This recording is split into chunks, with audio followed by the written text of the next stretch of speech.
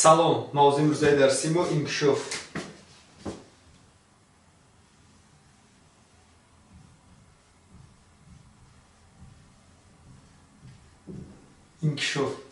инкишоф чист? Инкишоф ин зина ба зина амалӣ гардидани ахбори ирсӣ аз волидон гирифтаро чӣ меноманд? Инкишоф. Чӣ гуна ин ҷараён мегирад? Як бор бинед. Дар давраи аввал фарз кардем ин чи аст? Ин зигота ва зигота дар натиҷаи инкишоф табдил меёбад ба ягон организм. Агар моҳӣ бошад, аз зиготаи моҳӣ ҳосил мешавад, аз зиготаи обхокӣ, аз зиготаи ягон хазанда бошад, хазанда. Масалан, ан ҳамин зигота оҳиста дар инҷаи инкишоф мубаддал мегардад ба чӣ?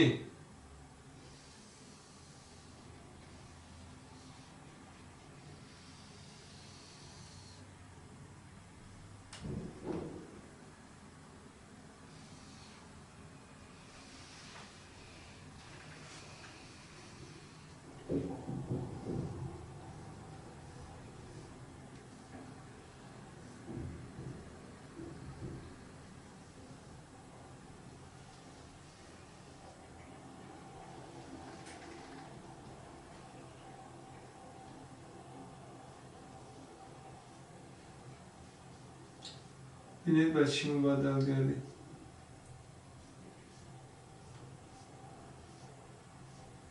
با ماهیه یعنی از زیگوتا حاصل شد ماهی در نتیجه چی؟ در نتیجه انکشاف. یک بار بینید میگه انکشاف این زینه به زینه عملی گردیدن اخبار ارثی از والدین گرفته. در داخل همین زیگوتا جایگیر شده است چی؟ یادرو. این چی است؟ یادرو. یادرو. در داخل یادرو چی جایگیر است؟ مواد ژنتیکی یعنی کادئین.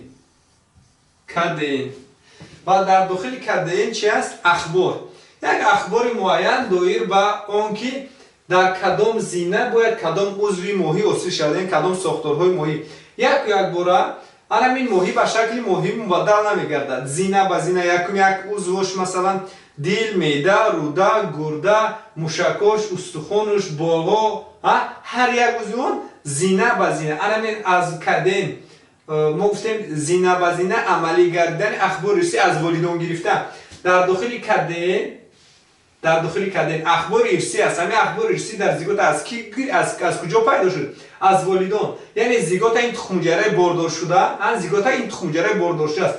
وقتی که همین زیگوت را ما می‌بینیم، زیگوت در داخلش یادروی مادری بود، تخم‌جره یادروی مادر، اخبار از مادر و از نطفه وقتی که آمیزش می‌یابد با در یادروی پدر و مادر یکجا میشوند، در اینجا یادروی زیگوت حاصل میشود. در داخل همین یادروی زیگوت یعنی اخبار گن‌ها جایگیر است و در این گن‌ها دایر با پیدایش همین ماهی معلومات دارند. نقصان چگونه که پیش از اون که یگان بینا رو با ساختمانش شروع کنن، اول چیکار میکنن؟ نقشه اون رو تصویر میکنن و در اساس این نقشه این بینا رو چی میکنن؟ میسازن. همین ماهی هم در همین اساس انکشاف یافت، یعنی در همین اساس ساخته شد. یعنی در اساسی که در داخل همین یادروی زیگوت چگونه اخبار است، در اساس همین اخبار چی شد؟ ماهی ساخته شد. فهمو زینه به زینه همین جریان گرفت. برای هم چی گفتن؟ انکشاف یعنی زینه به زینه عملی گردیدن اخبار ارثی از والدین گرفته را چی می‌نامند؟ انکشاف می‌نامند. خلاصه قسما ما فهمیدیم با فکرم که انکشاف چی بوده؟ معلوم میشه. ما میتونیم که انکشاف رو با یک کلمه مثلا ساده کنیم. یک کلمه ساده چی کنیم؟ قید کنیم. ما میتونیم انکشاف را چی بگیم؟ عوض شوی یا تغییر یابی. نه عوض شوی.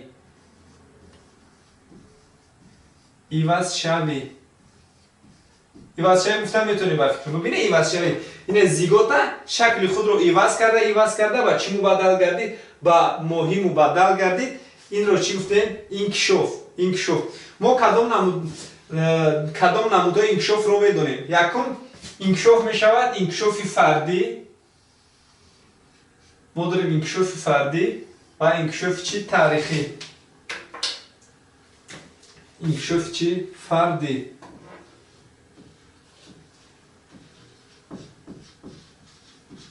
انکشاف فردی.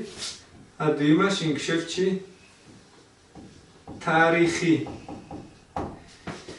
انکشاف فردی رو با عبارت دیگر چی میگن؟ انکشاف فردی رو اونتوگنز. اونتوگنز. انکشاف فردی رو چی میگن؟ اونتوگنز. انکشاف تاریخی رو باشن فیلوگنز. انکشاف تاریخی رو چی میگن؟ فیلوگنز. اصلا فیلوگنز یا اِوолюция. ما دایر با فیلوگنز در موضوع صنف 11 هم باب 3 باب 4 این چی است؟ اِوолюция است. در این باب ما صحبت میکنیم. حالا ما فیلوگنز انکشاف تاریخی رو میگذاریم یک طرف و شروع میکنیم به آموزش انکشاف فردی اونتوگنز. موضوع امروزه ما اصلا چی است؟ انکشاف فردی اونتوگنز. دقت در وقت تماشا کردن ویدیو همین گوش نکنید که خوابتون میبره، نمیتونید موضوع را فهمیده.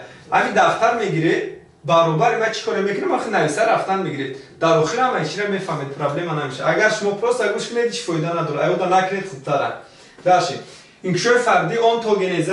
اونتوگنز از کی شروع میشود؟ از کی شروع میشه اونتوگنز؟ از دوره حاصل شوی زیگوت. وقتی چی زیگوت حاصل میشود، ببینید این چیه؟ زیگوتا. وقتی که زیگوت حاصل می شود الکی اونتوگنز چی می شود؟ شروع می شود و در نتیجه چی زیگوت حاصل می شود. و زیگوت از چی حاصل می شود؟ زیگوت خودش چیست؟ ببینید ما داشتیم تخم حجیره. تخم حجیره این بود تخم حجیره. تخم حجیره و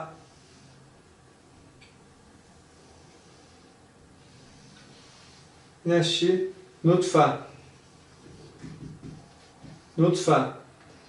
دسته مواد ژنتیکی نطفه یک N یک S، یعنی گپلوی تخم حجیره هم چی؟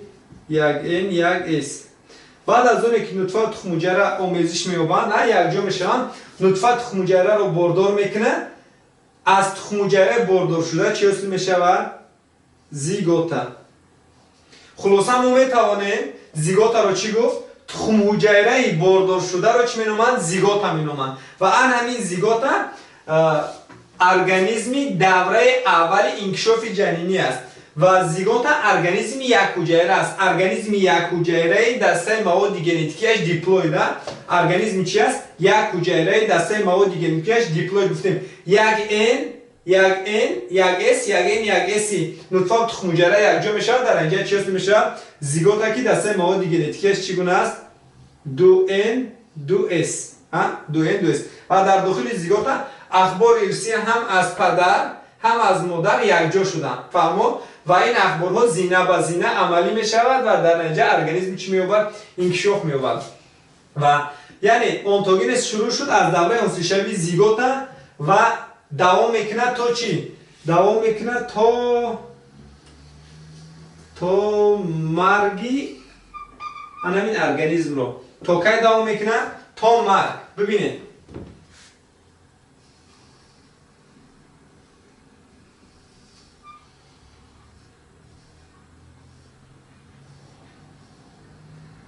تا مرگ.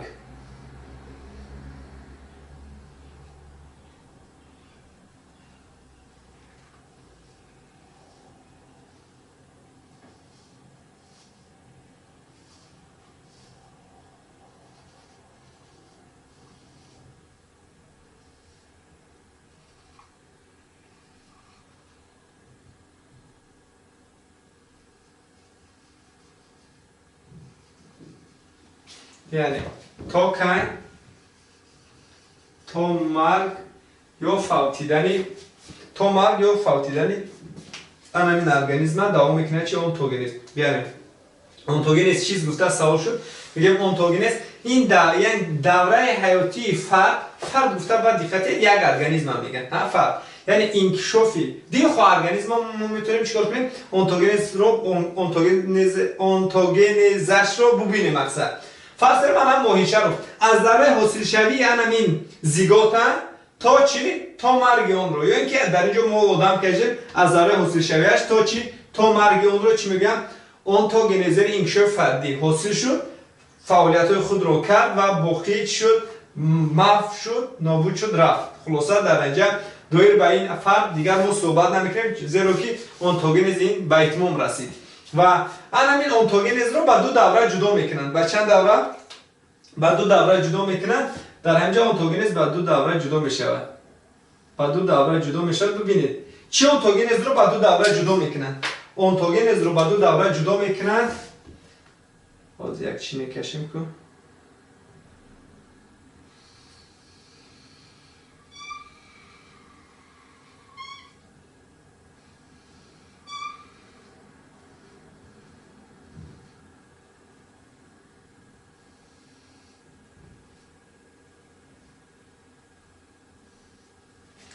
اگه مانند شد نشد من نوزاد طفل کشیدم. طفل و ببینید تولد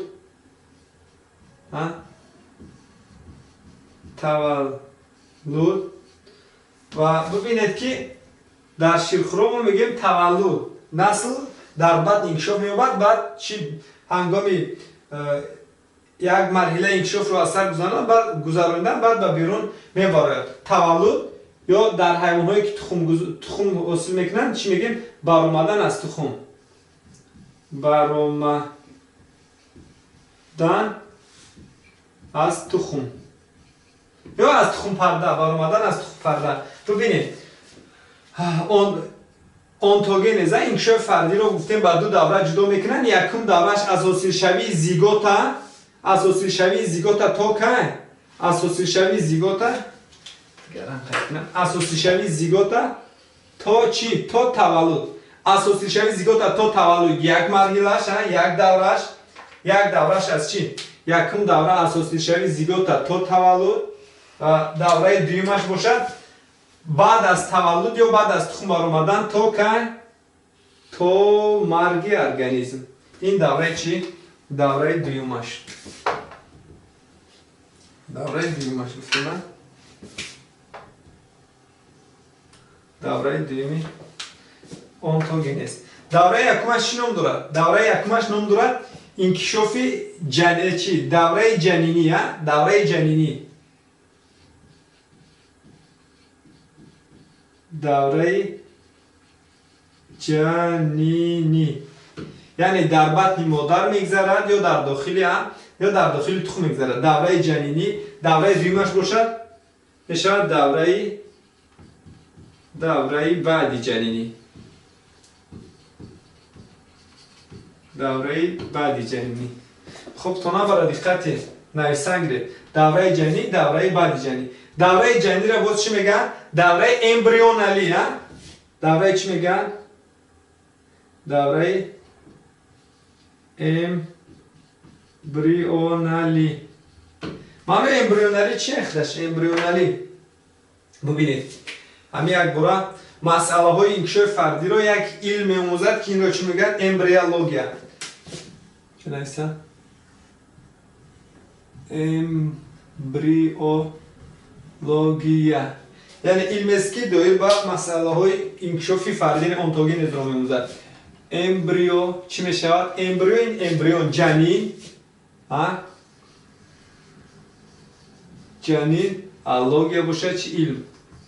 علم دایر به انکشاف جنینی. علم دایر به انکشاف جنینی و دوره دیگر گفتیم دوره چی؟ نام دیگرش دوره جنینی یا دوره امبریونالی میگن. دوره بعد جنینی که پست امبریونالی. پست چی میگن؟ پست امبریونالی. کلمه امبریون از لاتینی است. از لاتینی امبریو چی میشه؟ جنین. همین دوره امبریونالی دوره جنینی در نوبت خود با سه مرحله جدا میشدن و سه مرحله جدا میکنن دوره امبریونالی رو. کدام دوره ها؟ کدام دوره ها؟ دوم قدر دوره یکم دوم دوره و دوره چندم؟ سیوم. دوره یکمش نام دارد تقسیم شوی. یکنم چی؟ تقسیم شوی. دوره یکم نام دارد تقسیم شوی یا بعضا چی میگن این دوره رو؟ پاره شوی. پاره شوی یا ریزه شوی که ما این رو دیده میباریم برای چی پاره شوی یا ریزه شوی. دوره دویم نام دارد، دوره دویم نام دارد گاسترولیاکسیا. گاسترولیاکسیا. گاسترولیاکسیا. دوره سوم باشد نام دارد ارگانوگنز.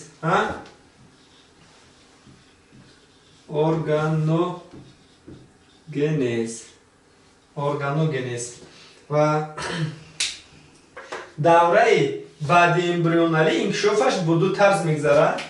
همین را یک بار دقت نشون دیم.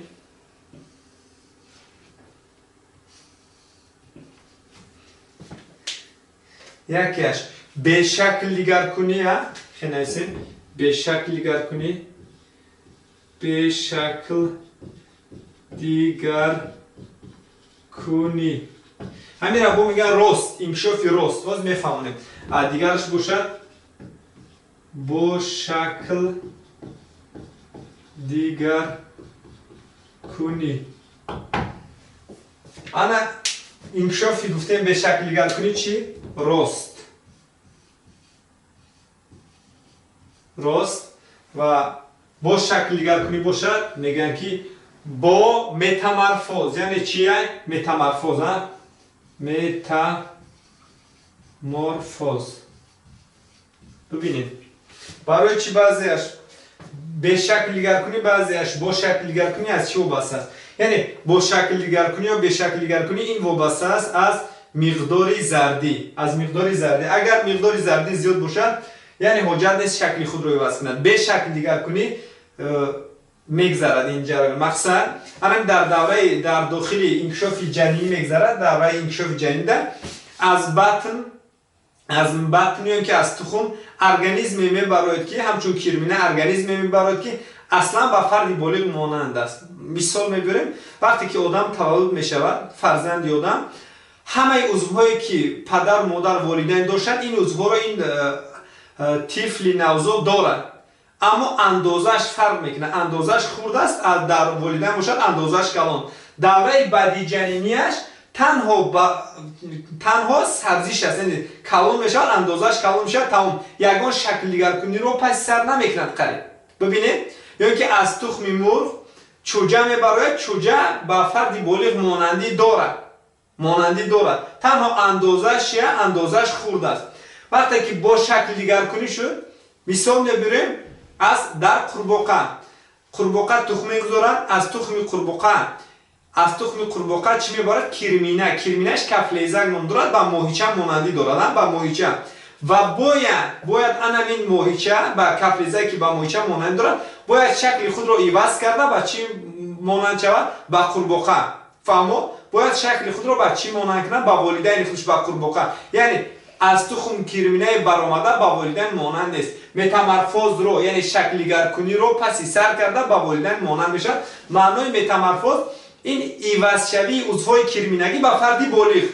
یعنی باید عضوهای کرمینگیش رو با والدین بالغش یعنی بزرگش مانند کنند. مثال میبریم من بازم کفلیزک در کفلیزک چی دیده میشود؟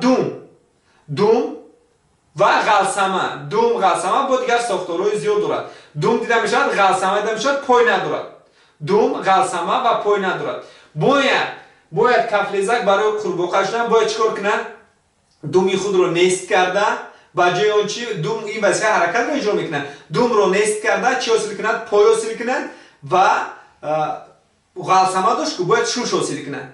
فهمو؟ این اوجه علاقه چی است؟ عوض کردن عضوهای کرمینگی با فردی بالغ. باز مثال دیگر میاریم در شپرک ابریشم. شپرک از تخم کرمینه میبراید. کرمینه با شپرک یگان مانندی ندارد. بعد یک دوره معین در داخل پیله حاصل میکنه. در داخل پیله دوره زوجگی رو میگذراند. بعد از داخل پیله چی میبراید؟ شپرک میبراید. فهمو؟ خلاصه انکشاف با شکل دیگرگونی. فکر میکنم که متامورفوز معنای متامورفوز رو فهمیدید. با شکل دیگرگونی به شکل دیگرگونی علاقه معلوم است. و در اینجا ما داریم با شکل دیگرگونی دو طرز دارد. یعنی متامورفوز داریم پورا، متامورفوز ناپورا.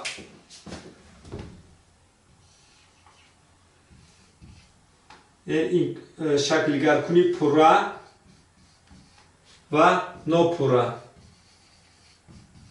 و کامل ناکامل هم میگن. کامل ناکامل.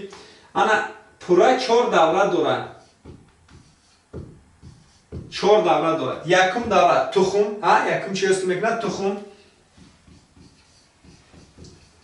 دوره دوم چی؟ دوره دوم کرمینه، سوم زوچه، چهارم ایماگو. دوم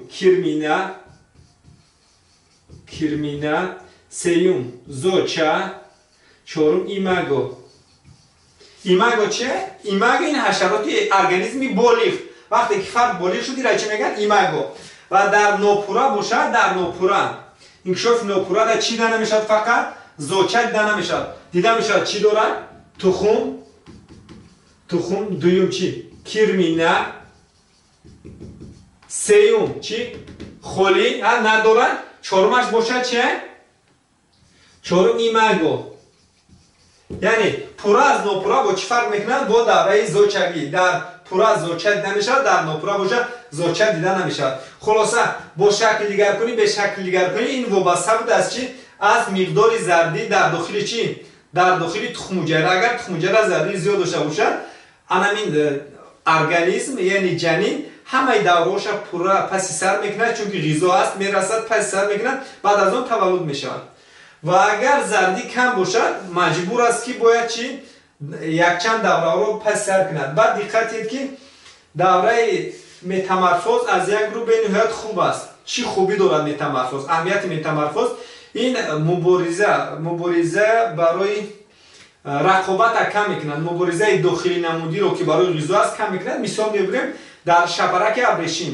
شپرک بسیار هم شپرک ها وقتی شپرک بالغ شد الکی شهد گل ها رو استفاده میکنند. میپرد حرکت کرده از شهد گل استفاده میکنند. اما کرمینش باشد چی رو استفاده میکنند؟ برگ. یکی شهد گل دیگری برگ. ببین یک قسمش دیگر چی استفاده میکنند، قسم دیگر غذاش دیگر چی. از این رو مبارزه را چی میکنند؟ کمتر میکنند. و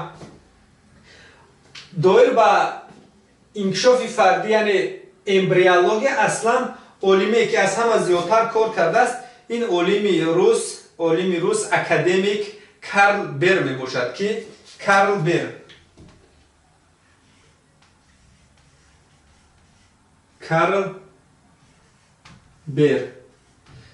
بر رو باز چی میگن؟ اساسگذار امبریولوژی معاصر حاضره. کارل بر رو چی؟ اساسگذار امبریولوژی بر چپا نیستیم. کارل بر اساسگذار امبریولوژی حاضره. چی میگن چه؟ اساسگذاری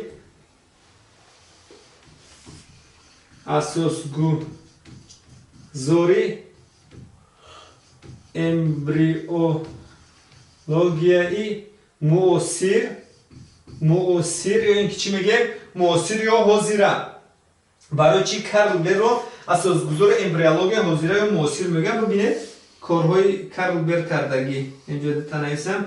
یکم کاری کرد یک کتاب نویسته. کتاب سال 1828 سال 1828 سال 1828 کارل بر یک کتاب نویست. کتابی که این نام کتاب چه؟ تاریخی انکشافی حیوانات. نام کتاب چه؟ تاریخی خونک داریم تاریخی انکشافی حیوانات. یعنی بسیار سوال میشه تاریخ انکشاف حیوانات اثر کیست؟ تاریخ انکشاف حیوانات اثر کارل بر میباشه. دوم یک قانون در بیولوژی قانونی مانندی جنین ها. ماست قانونی مانندی جنین ها نیست از نویسندگی این عقیده کی است؟ عقیده کارل بر. قانونی مانندی جنین ها. ببینید چی معنی دارد قانونی مانندی جنین ها؟ اگر شما در دوره انکشاف جنینی در مرحله دوره جنینی اگر شما نظر کنید چی رو؟ ماهی، آبخاکی، خزنده، پرنده، شیرخور در دوره اول انکشاف جنینی قریب در همه آنها از روی ساختار با همدیگر مانندند. شکلی درازرویان دارند. در گلویشون ترکشی غلسمه دیده می شود. خورده دارند. در بالای خورده نیچه عصب. اگر همین خورده باشد در بالای خورده دارند. در بالای خورده نیچه عصب. дар зери хурда рудаи ибтидоӣ доранд. Руда. Ва ҳама ин сохторҳо далели он аст ки ин ҳайвонҳо ба ҳамдигар чӣ доранд? Робитаи хешӣ доранд. ҳоло мо дида мебарем чиро эмбриогенез гуфтем давраи инкишофи ҷаниша.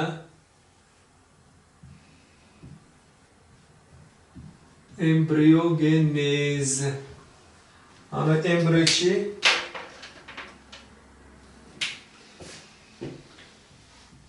Эмбрио. Гуфтем чӣ буд? Ҷанин. Генез. Инкишоф.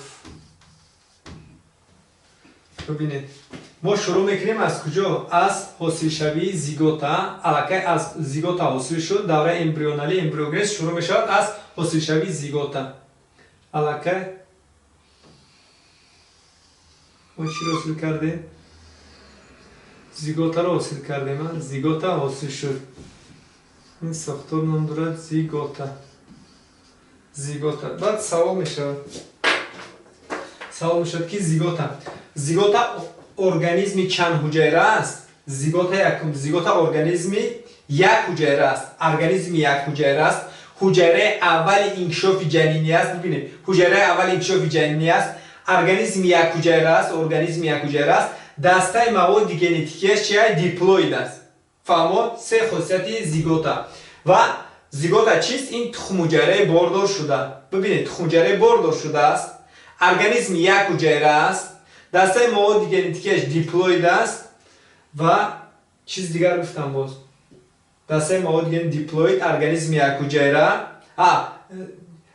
حجره اول انکشاف جنینی یعنی یکم ساختاری که در دوره جنینی شروع می شود به جنین بدل می گردد محض زیگوت است. وقتی که زیگوت به تقسیم شوی شروع می کند در اینجا تقسیم شوی زیگوت تقسیم شده. زیگوت تقسیم شده یکم دوره در چی؟ زیگوت هم خیلی از بین یک رخت پیدا میشه. یک جویکی تقسیم. همین جنین رو به دو قسمی برابر تقسیم میکند. این نام دارد جویکی تقسیم. و در این مرحله جنین رو میگن مرحله دیبلاستومرگی. و این دو قسمتی که حاصل شد این را چی میگن؟ بلاستومر. بعد ببینید تقسیم شوی همین جنین از چی وابسته است؟ از مقداری زردی و از جایگیر شوی زردی. از دو چی وابسته؟ از مقداری زردی و از جایگیر شوی زردی که ما بعدتر دایر با این مقداری زردی و جایگیر شوی زردی صحبت میکنیم. خلاصه زیگوت در اینجا تقسیم شوی این مرحله چی نام دارد؟ مرحله گفتیم مرحله تقسیم شوی یا چی میگم باز؟ پارا شوی. پارا شوی ریزه شوی. پارا شوی ریزه شوی خلاصه هم خیلی سینونیم دارد. با کدام راه تقسیم شود؟ راه تقسیم شوی چی است؟ میتوز. کدام راه که تقسیم شوی است؟ تقسیم شوی با راه میتوز تقسیم شوی. فهمید؟ تقسیم شوی با راه میتوز.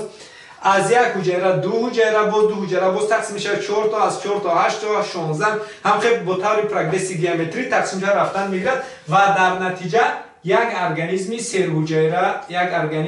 حجره رو چی میکند؟ حاصل میکند. یک ارگانیسمی سر حجره رو حاصل میکند. ببینید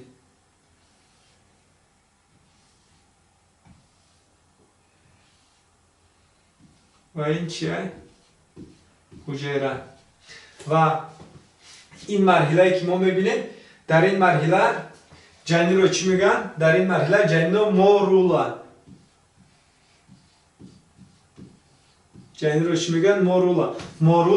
ارگانیسمی باتود مانند ارگانیسمی سرحجره‌ای و چی باتود مانند ملین تودا مانندی دارد. همین دوره چی میگن؟ مورولا. ببینید برای چی همین دوره رو گفتن دوره تقسیم شوی. معلوم که تقسیم حجره رو تقسیمش هم برای میتوز.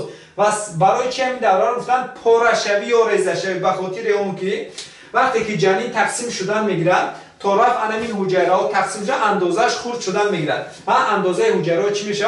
هنگام تقسیم شوی طرف خرد شدن میگیرد. از این رو این طرز تقسیم شوی رو چی میگن؟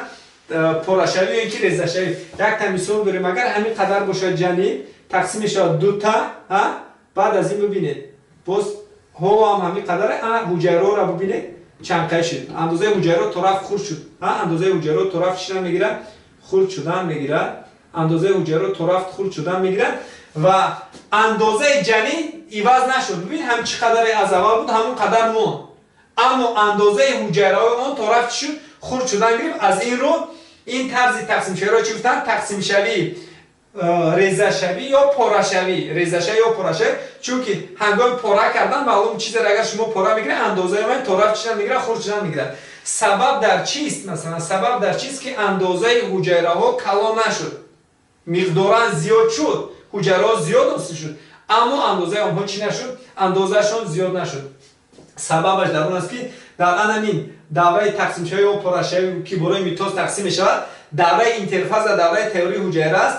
همین در دوره تئوری اینترفاز دوره سبزیشش کوتاه است. دوره سبزیش که کوتاه است، این فرصت نمی شود که حجره ها چیکار کنند؟ حجره ها سبزیده اندازهشان کلان شوند. اما در اینترفاز آنها دوچندشه مولکولای کدمی به عمل میاد. دوچندشه مولکولای کدمی به عمل میاد. دسته مواد ژنتیکیشون چگونه است؟ دیپلوید. همه حجرهایی که دارد، همین زیگوت خودش دسته مواد ژنتیکیش دیپلوید بود. زیگوت دسته مواد ژنتیکیش 2N 2S بود. 2N 2S. همین حجره هر یک کدام اینها 2N 2S 2N 2S. اما اندازهشون چی خورد؟ اندازه همین جنین با همین مورولا با همین زیگوت اولا اندازش مانند است، کلان نشده است. تنها مقدار حجره چی شد؟ مقدار حجره زیاد شد. و همین حجره که اصول شده، همین حجره چی میگن؟ بلاستومرا. جنین اخچه چی میگن؟ همین در عموم نام دارد جنین و قسمای اون رو چی میگن؟ بلاستومرا. بلاستومرا. و ببینید که حجرهایی که در اینجا قرار دارد، این حجره نوتفریقن، یعنی یگان وظیفه دار نشدن، یگان وظیفه رو اجرا کردن نمیتوانند و آهسته چی حادثه روی میدهند. ببینید آهسته این حجره که تقسیم شدن، بعد همین حجره های مورولا اخلاص چی جدا میکنند؟ از خودشون مایع جدا میکنند. مایع فهمو؟ این مایع در قسمت مرکز، در قسمت داخلی در مرکز جمع شود. حجره ها رو به سمت اطراف چی میکنند؟ تلا میکنند. و در اینجا چی حاصل میشود؟ یک ارگانیسم دیگر. جنین یک ساختار دیگر رو میگیرد.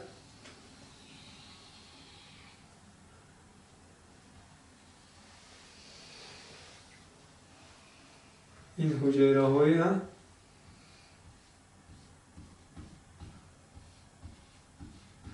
این حجره ها حجره این یادرست، این چی؟ جیل ساپلازما و یادرو. فهمو در این مرحله جنین رو چی میگن؟ بلاستولا. چی نام دارد؟ بلاستولا نام دارد. بلاستولا ارگانیسمی کره شکلی با جفی درون خالی. و همین حجره هایی که ما میبینیم، حجره های بلاستولا را چی میگن؟ حجره بلاستولا را میگن بلاستومرا. بلاستو چی میشود؟ جنین. امرا چی؟ قسم. یعنی قسم هایی که این ساختارهایی که چی را حاصل کردن؟ جنین را حاصل کردن. چخیلی که ما میدونیم پلیمر، مثلا سفیده پلیمر است. از چی؟ از امین اکسیدات ساخته شده. مونومر سفیده امین اکسیدات. مونومر اگر همچون ما بلاستولا اگر همچون پلیمر بگیم، مونومرهایشون چی بوده؟ قسمای ترکیبی آنها که بلاستولا را حاصل کرده، این بلاستومر ها میباشند. قسمت های چیشان؟ حجره های آن. و همین سطح بیرون آن را چی؟ پرده ای که از یک قبط حجره عبارت است، باز میگن بلاستولا. این ارگانیسمی سرحجره یک قبطه است. بلاستولا ارگانیسمی سرحجره چند قبطه؟ یک قبطه. از این ارگانیسم یک قبطه و دیواره اون رو چی میگن؟ بلاستودرما.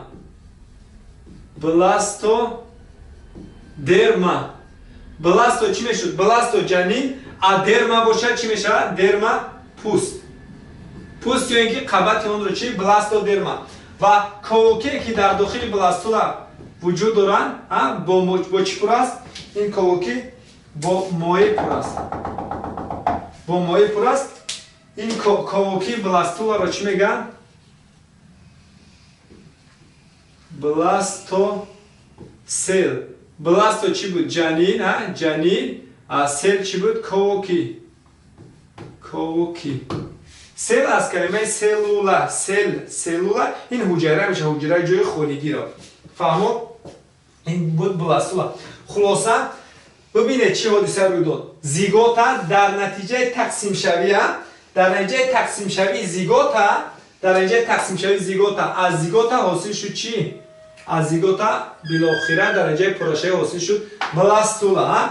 از زیگوتا در نتیجه تقسیم شوی وقتی زیگوتا تقسیم شد، حجره های اون رو چی میگن؟ بلاستومرا. و آهسته در نتیجه تقسیم شوی چی حاصل کرد؟ بلاستولا را حاصل کرد که بلاستولا ارگانیسم یک طبقه سه حجره کره شکلی درون خلی است. فهمو؟ بعد از این مرحله دوم بلاستولا به مرحله دوم میگذرد. این مرحله دوم چی نام داشت؟ گاسترولیاتسیا. گاسترولیاتسیا کی به حاصل شوی چی؟ گاسترولا آورده میرسوند. به حاصل شوی گاسترولا آورده میرسوند. و ما دوام شای کجا؟ خیلی اشاره کنیم. دوام شای اینجا میکشیم. اینجا تصویر کنیم. ببینید. خلاصه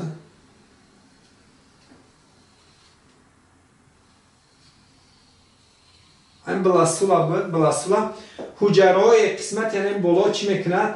با سمت داخل حرکت میکند. با سمت داخل آهسته چی میکند؟ حرکت میکند. با سمت داخل حرکت میکند. و ببینید وقتی که با سمت داخل حرکت میکند، شما توپی سوراخ شده رو دیده هستید، دیدگی هستید. توپی که کفیدگی آهسته به طرف داخل حرکت میکند. و همین جریانی که با سمت داخل حرکت کردنی این حجره ها، همین قسمتی بالا قسمت با سمت داخل حرکت میکنند در بلاستولا، با سمت داخل حرکت میکنند. این جریان رو چی میگن؟ اینواگیناتسیا. اینواگیناتسیا حرکت حجره ها با سمت داخل، با سمت داخل حرکت کردن رو چی میگن؟ اینواگیناتسیا. انا در نتیجه برای اینواگیناتسیا یک چند راه دارد. راههای گاسترولیاتسیا یک چند راه. یکی از راههای این با سمت داخل حرکت کردن و در نتیجه چی را حاصل میکنند؟ ببینید در نتیجه حاصل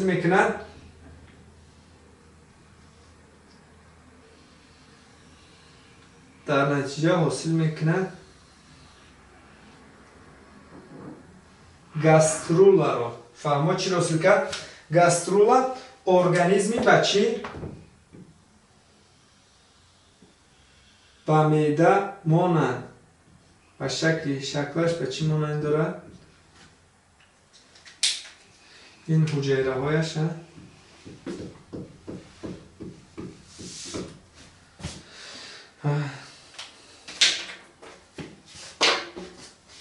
این قبط. گاسترولا ارگانیسمی در اول ارگانیسم دو قبطه است و بعدتر ارگانیسمی چند قبطه می شود؟ سه قبطه. در رودکاکو گاسترولا چند قبطه است؟ یک دو قبطه است که این چی است؟ حجره ها. و این دوره را چی میگن؟ دوره این ارگانیسم گاسترولا.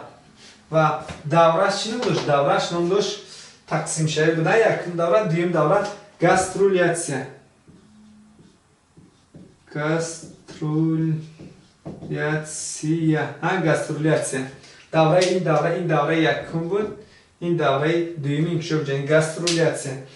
و ببینید در اینجا گاسترولیاتسیا حاصل شد چی؟ گاسترولا. معنای گاسترولا از کلمه یونانی گاسترو چی میشود؟ معده.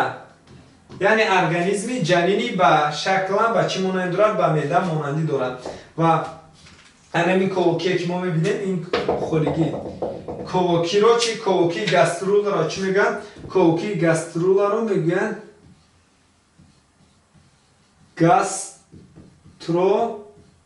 گاسترو کوکی. چی میشد؟ سل. کجا کردیم؟ سل.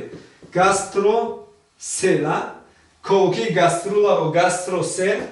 و همین در این قسمت ببینید این درآمدگاه هست. درآمدگاه گاسترولا. ببینید درآمدگاه گاسترولا که کوکی گاسترولا را با محیط بیرون علاقمند میکند. این دهان یا درآمدگاه سوراخی گاسترولا را میگن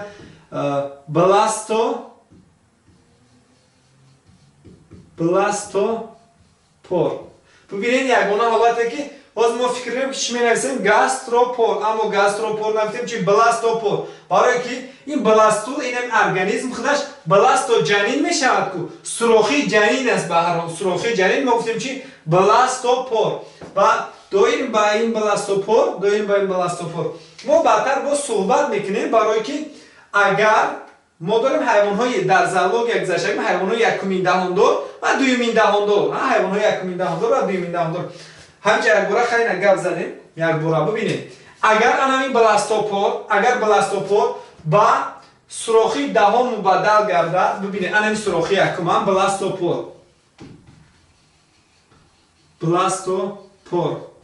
بلاستوپور اگر با چی با سوراخی دهان بلاستوپور اگر با سوراخی دهان مبدل گردد این حیوان ها رو چی میگن یکمین دهانداران یکمین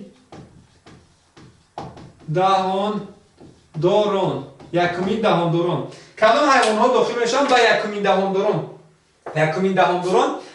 همه حیوان هایی که در به مهره که ما میگذاریم کرماپند کرم حلقه کرم نرمتن بوم پای همه حیوان های به مهره بجز خارپوستان تیپ خارپوستان الکه داخل میشد به حیوان های دومین دهاندار و تیپ خورده‌داران در چی داخل میشه تیپ خورده‌دار دهانگیر ماهی آبخاکی خزنده پرنده شیرخور دهانگیر ماهی آبخاکی خزنده پرنده شیرخور و این چنین خارپوستان به حیوان های چی دومین دهاندار منسوبند و باقی دیگر حیوان هایی که ما گذاشتیم در زالوگی 7 این حیوان های به مهره همه اونها چی هستند حیوان های یکمین دهاندار و دومین دهاندار چی است اگر ببینید اگر این بلاستوپور با چی با سوراخی دهان نه بلکه با چی مبدل گردد با سوراخی مقعد یعنی بلاستوپور آینده چی میشه سوراخی مقعد میشه ببینید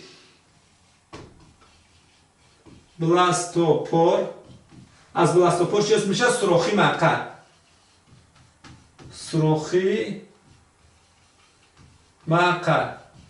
اگر از بلاستوپور سوراخی مقعد حاصل شود در مقابل آن اگر حیوان از بلاستوپور سوراخی مقعد و در مقابل آن اینجا اگر بلاستوپور بشه سوراخی مقعد شود در مقابل آن برعکس چی حاصل شود کوکی دهان حاصل شود این حیوانات رو چی میگن دومین دهانداران چون که بلاستوپور این یکمین دهان بود کو اما این یکمین دهان چی نشد دهانش تو سوراخی مقعد شد و در مقابل آن چی پیدا شد اثر نه و دهان پیدا شد این حیوانات رو چی میگن دومین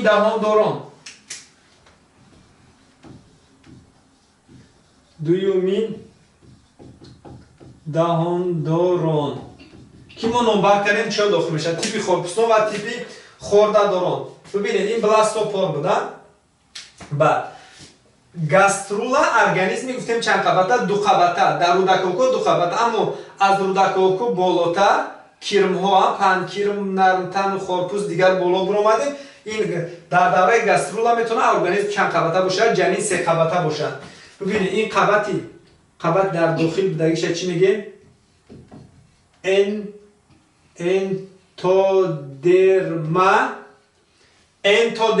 اندودرما یک چی و در بیرون بدگیش چی میگیم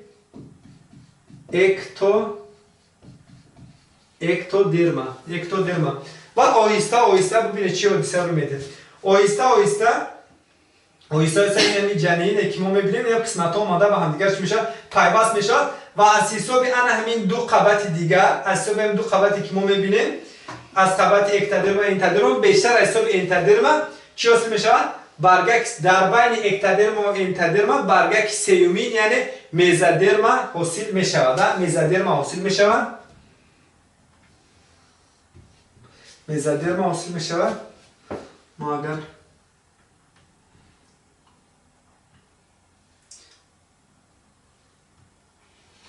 بدتر این نقشه کشیم اگر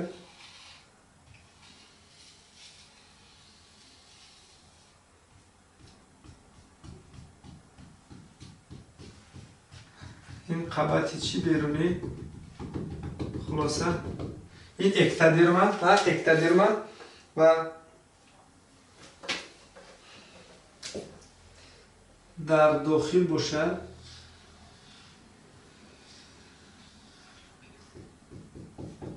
این قبطش چی؟ انتادرما و در بین اکتادرما و انتادرما حاصل میشد یک قبط دیگر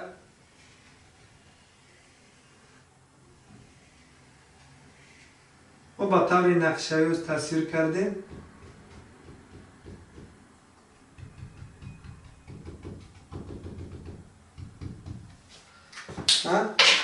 این قبط بیرون بودگی شکلیم چیه؟ اکتودرما و قبط داخل بودگی شکلیم انتودرما و در مابین بودگی شکلیم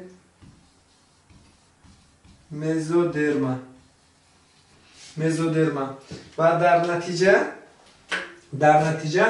بعد از گاسترولیزاسیون علاقه شروع میشه ارگانوگنز باید در این دوره چی حاصل شود؟ عضوها حاصل شوند و در اینجا این حجرهایی که ما دیدیم بعد این حجره را چی میگم؟ برگک‌های جنین دویل با برگک‌های جنین اولیمیروس کووالیفسکی کار کرده است بیشتر. یعنی این برگک‌های جنین چی است خودش؟ این قبط حجره و قبط بیرونی حجره و قبط داخلی حجره و قبط مابینی حجره خلاصه این قبط یعنی گروه حجره و قبط حجره که با یک ترتیب معین جایگذاری آینده از آنها عضوهای معین حاصل میشد. اینها رو چی میگن؟ برگک‌های جنین میگن. برگک‌های جنین و این حجرهایی که در برگک‌های جنین ما میبینیم این حجره نوتفریقن حالا تشکل نیافتن پورا تشکل نیافتن اونها دوره تفریق شوی رو پس در میکنن. تفریق شوی یعنی این چیه؟ تفریق شوی وظیفه دار شدن حجره ها برای اجرای وظیفه معین. باید این حجره ها یعنی ساخت و مورفولوژی خود را عوض کرده برای اجرای وظیفه معین یعنی وظیفه دار شوند. ما تفریق شوی نویسیم یک جوره تفریق شوی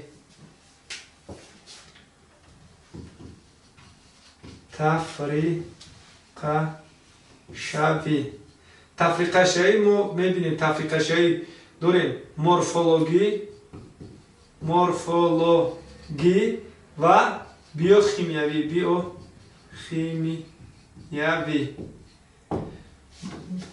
تفریق شوی مورفولوژی باید حجره شکل معین ساخت معین گیرند وظیفه دار شوند برای اجرای وظیفه معین. خلاصه بیوشیمیایی باشد این تفریق شوی یعنی وظیفه دار شوی یعنی تشکل حجره ها برای اجرای وظیفه معین. مثلا باید هر یک حجره وظیفه معین خود را برای اجرا کردن تشکل یابد.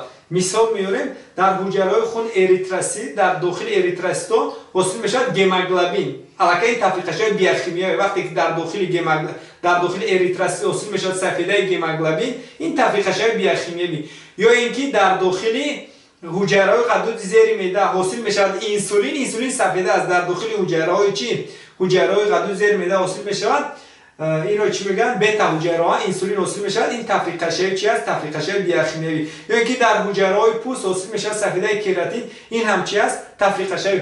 حالا ما مرحله سوم رو یک بار دیگر این قبط‌های جنین و ساختارهایی که در اون حاصل میشود با پورگی تصویر میکنیم. یک دستگاه را خالی کنیم.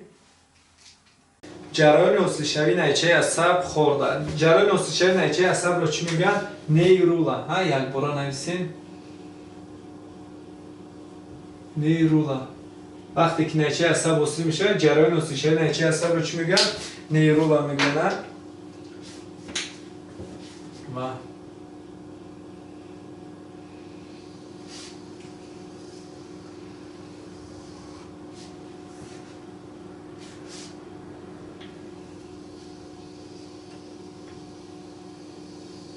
این برگکی بیرونی جنین است. برگکی بیرونی جنین این چیه؟ حجره ها. حجره ها رو چی میگن؟ پلاستومیرا بدن. پلاستومیرا ها.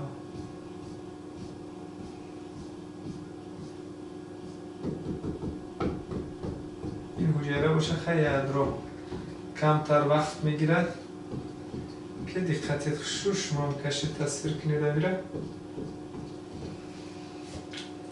این برگه چی؟ بیرونی جنینه. برگه که بیرونی جنین چه نویسیم چی است؟ اکتو بالاتر نویسیم زور شما تاثیر میکنه.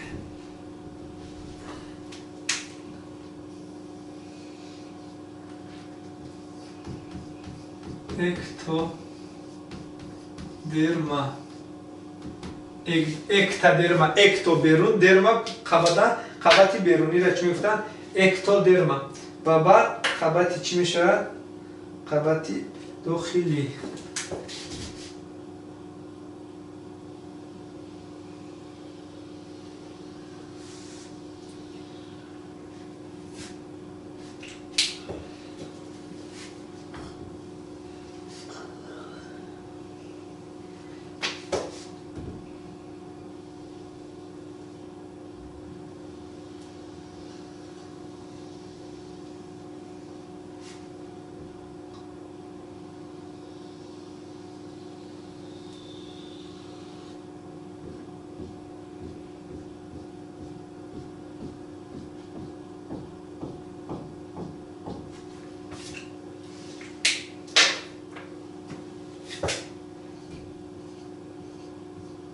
این حجره های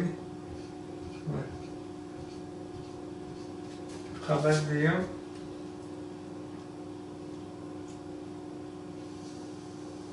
نام داره چی؟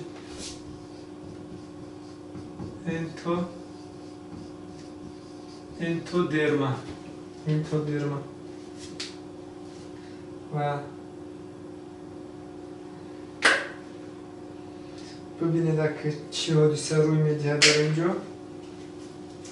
همین دوره حسن‌شایی نشه اصلا نیرولا چگونه جریان میگیرد. همین حجره‌ای که ما میبینیم همچون نوچه در اینجا تصویر کنیم. اگر اینم خیلی حالا داشت همین اکتودرمای طرف تخت پشتی اویسه چی میکنه؟ با سمت داخل حرکت میکنه، لوحچه راست میکنه. لوحچه بعد این لوحچه نوچه میشه. این لوحچه بعد نوچه میشه اویسه با درون حرکت کرده رفتن میگیره. با طرف درون چی میکنه؟ حرکت کرده رفتن میگیره. اویسه رفته چی جدا میشه و این قسمت به هم دیگر پیوست میشه. اکتودرمای تخت پشتی و از این ساختار چه میشه؟ نیچه عصب. و در قسمت پایین ما چی داشتیم؟ اینه انتودرما. الان قسمت انتودرما حرکت میکنه به سمت بالا و آیسته هم خیلی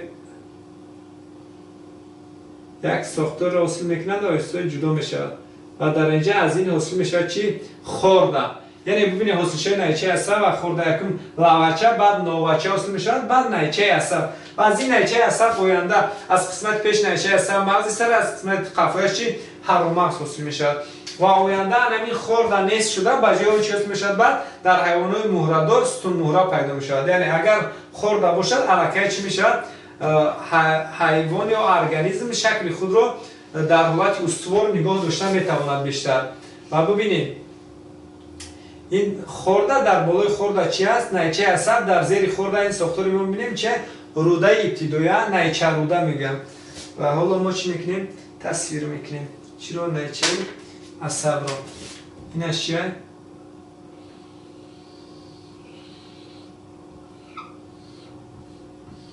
نیچه عصب. نیچه عصب و اینش باشه خوردن. ببینید این نیچه عصب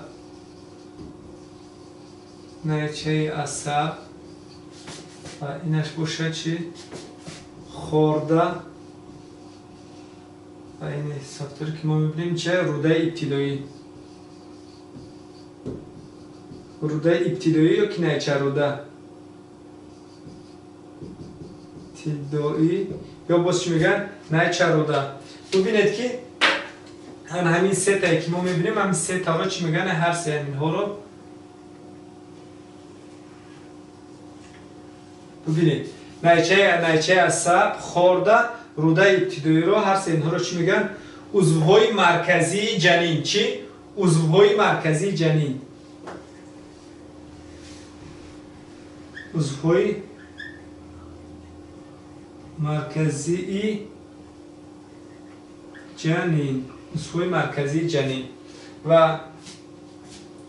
дигар қисмат ва боқимонда ин қисмати мобайне ки мо мебинем, ин қисмати баргаки сеюми ҷанин аст.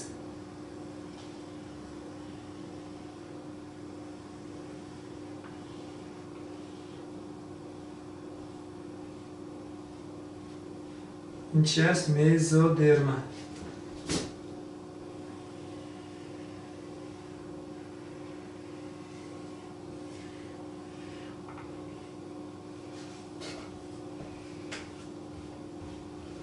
баргак сеюм чӣ мебурад?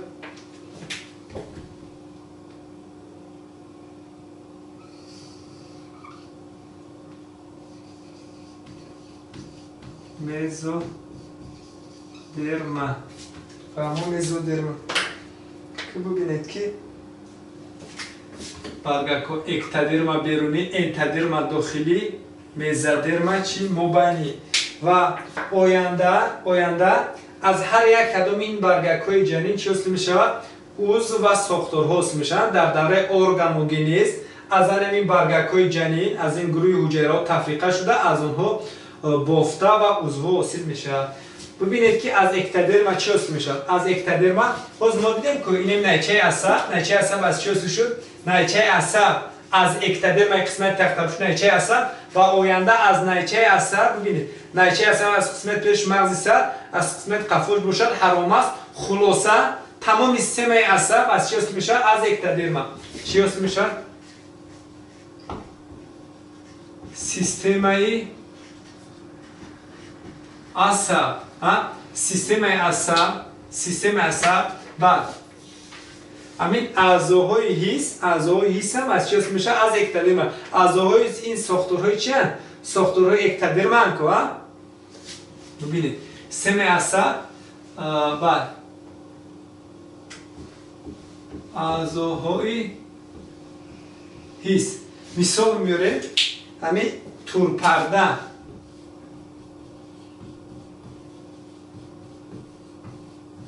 турпардае ки дар чашм анализатори босира ҷойгир аст, ҳамин турпарда аз чӣ ҳосил мешавад? Аз эктодерма ки ба аъзои ҳис дохил мешавад. ва боз диққате, дар баъзе ҷо пӯст мега, пӯст не, пӯст се қабат дорад. Эктодерма пӯст се қабат дорад. қабати берунии эпидермис, дар зери он дерма, дар зери дерма гиподерма. танҳо қабати болоии пӯст, сатҳи берунии пӯст эпидермис ном дорад. Эпидермис аз чӣ ҳосил мешавад? Аз эктодерма. эпидермиси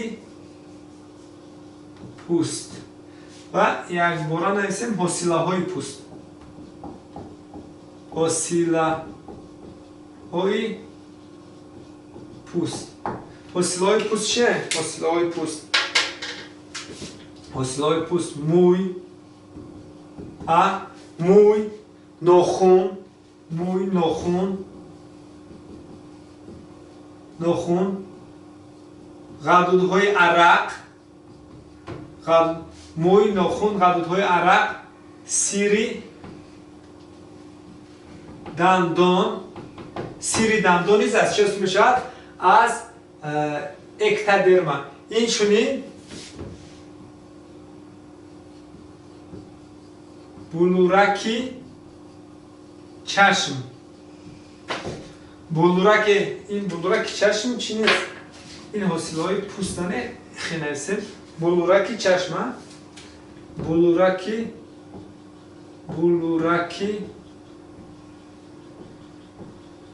чашм. чира намудем? хай тамом бо агар мебинед бо илова мекунед хитон. ин аз чӣ буд? Аз эктодерма. ана аз энтодерма. аз энтодерма чӣ ҳосил мешавад? аз энтодерма ҳосил мешавад. бубинед, дар бисёр ҷо камтарами эҳтиёт кунед. аз энтодерма эпителияи рудаҳо, эпителияи системаи ҳозима аст. ана чӣ? эпителия. эпителияи системаи ҳозима танҳо қабати дохили эпителия дорад. Қабати эпителиявии системаи ҳозима, эпителияи рӯдаҳо, эпителияи меъда аз чӣ ҳосил мешавад? Аз энтодерма. Аммо эҳтиёт кунед ки дар бештари ҷойҳо шумо чӣ мебинед? Менависанд ки системаи ҳозима. Агар системаи ҳозима гуфтан проблема нест. Мо системаи ҳозима, эпителияи рӯда, эпителияи меъда мо ҳуқуқ дорем ки чӣ гирем? Аз энтодерма. Аммо системаи ҳозима худаш пурра ҷавоби дуруст нест дар асл. Дар тесто омадага эҳтиёт кунед, агар омадан қадар шуморо чӣ намегиранд, хатогӣ намегиранд. Ва бубинед дар маркази меъда мақсад дуюм эпителияи системаи нафаскашӣ. Боз мо мебинед эпителияи системаи нафаскашӣ намебинед. Дар бисёр ҷо чӣ мебинед шумо? Системаи нафаскашӣ. Системаи нафаскашӣ. Системаи нафаскашӣ. Ба ғадудҳои системаи ҳозима. ғадудҳои системаи ҳозима. ғадудҳои системаи ҳозима кадоманд? ғадудҳои система. ғадуди лоби даҳон, ғадудҳои лоби даҳон назди гӯш, зери ҷоғ, зери забон. ғадудҳои системаи ҳозима кадом ҳастанд? Назди гӯш, зери забон, зери ҷоғ. Ба дута ғадуди калон. Якумш ғадуди калонтарин ҷигар. ҷигар низ аз чӣ? Аз энтодерма ҳосил ҷигар, ғадуди зери меъда. Хулоса ин ғадудҳои системаи ҳозимаанд ки аз чӣ ҳосил мешаванд? Аз энтодерма ҳосил мешаванд. Ва инчунин ҳамин хорда дар бисёр ҷо ба ҳар тарз мекунанд, аммо мо чӣ мекунем? Хордара аз энтодерма ҳосил мешавад. Чӣ? хорда. Ва аз мезодерма бошад, боқӣ мон чӣ? Мезодерма. аз мезодерма чӣ ҳосил мешавад? аз мезодерма менависем ки бофтаи мушакӣ якум чӣ? бофтаи мушакӣ. хулас вақте ки мо бофтаи мушакӣ гуфтем, мушакҳои устухонӣ, мушакҳои суфта ки девори устухони дохилиро ташкил мекунанд. Барои чӣ мо гуфтем ки эпителияи системаи ҳозима? Дар системаи ҳозима рӯда се қабат дорад. Анан эпителия дорад, баъд бофтаи мушакӣ дорад. Ана ин бофтаи мушакиаш аз чӣ ҳосил мешавад? Аз мезодерма ҳосил мешавад. Барои ҳамин кам тарак ихтилофҳо аст ҳаминҷода. хулоса проблема нест. бофта ҳама намуд бофтаи мушакӣ, дил, миякка, бофтаи мушакӣ, дил, мушакҳои скелетӣ ва мушакҳои суфта. хулоса фаҳмо бофтаи мушакӣ. баъд бофтаи пайвасткунанда,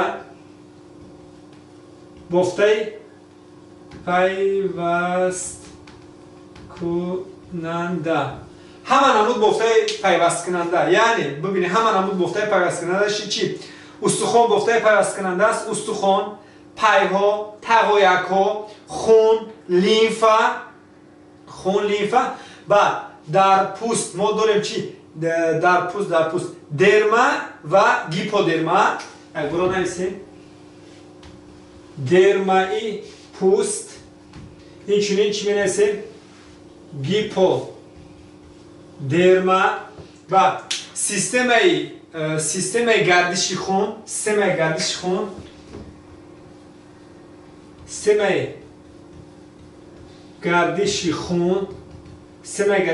системаи ихроҷ, системаи ҷинсӣ.